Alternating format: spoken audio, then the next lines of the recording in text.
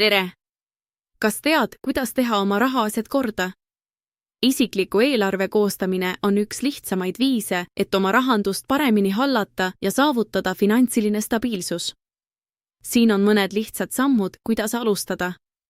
Esimene, arvestage sissetulekud ja kulutused. Kõigepealt pane kirja kõik oma sissetulekud ja kulutused. Märgi üles, kui palju teenid ja jälgi, kuhu raha kulub. Kas tead, kui palju raiskad igakuiselt näiteks kohvikusse või spordisaali?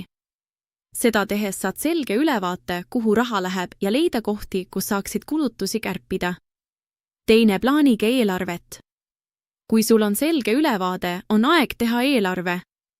Eralda raha tähtsate kulude, nagu üüri ja kommunaalteenuste jaoks ning plaani, kui palju saad kulutada meelelahutusele või puhkusele.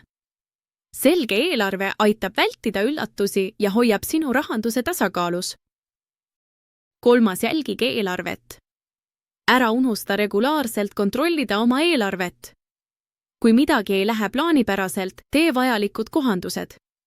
Kasuta tasuta eelarveplaneerijaid nagu Money Manager või OneMoney, et jälgida oma sissetulekuid ja kulutusi.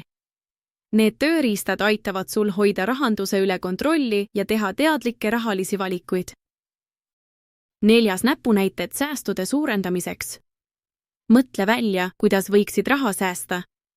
Kas näiteks saad vahetada teenusepakkujat või tülistada mittevajalikke tellimusi? Väiksed sammud võivad viia suurte säästude juurde. Kokkuvõttes aitab isikliku eelarve koostamine sul hallata oma raha nutikamalt ja saavutada finantsiline kindlustunne.